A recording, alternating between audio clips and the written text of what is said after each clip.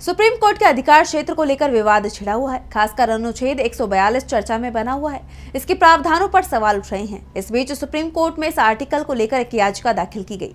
तो क्या है अनुच्छेद 142 और क्यों सुप्रीम कोर्ट में दायर की गई याचिका, देखिए इस रिपोर्ट में। संविधान के आर्टिकल 142 को लेकर इस समय पूरे देश में जबरदस्त चर्चा हो रही है। इसके अधिकार को लेकर सवाल भी उठ रहे हैं और अब इसे लेकर एक याचिका सुप्रीम कोर्ट में भी लगाई गई। याचिका में आर्टिकल 142 के तहत सुप्रीम कोर्ट को मिली पावर हाई कोर्ट को भी देने की मांग की गई। तर्क ये दिया गया कि इससे हाई कोर्ट भी विवादित मामलों में फुल जस्टिस करने के लिए जरूरी कोई भी आदेश पारित कर सकेगा। लेकिन सुप्रीम कोर्ट ने इस पर कड़ी नाराजगी जाहिर करते हुए याचिका को खारिज कर दिया। जस्टिस अभय एस ओका और जस्टिस उज्जवल भुइयां की बेंच ने कहा कि याचिका में की गई अपील गलत धारणा पर आधारित है और अनुच्छेद 142 के तहत अधिकार केवल सुप्रीम कोर्ट को दिए गए हैं, हाई कोर्ट को नहीं।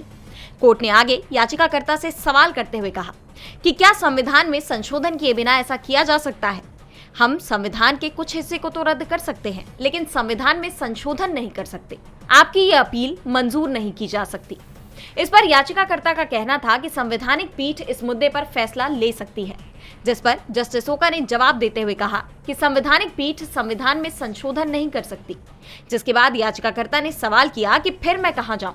तो जस्टिस ओका ने जवाब दिया कि आप संसद जाएं, हम संविधान में संशोधन नहीं कर सकते।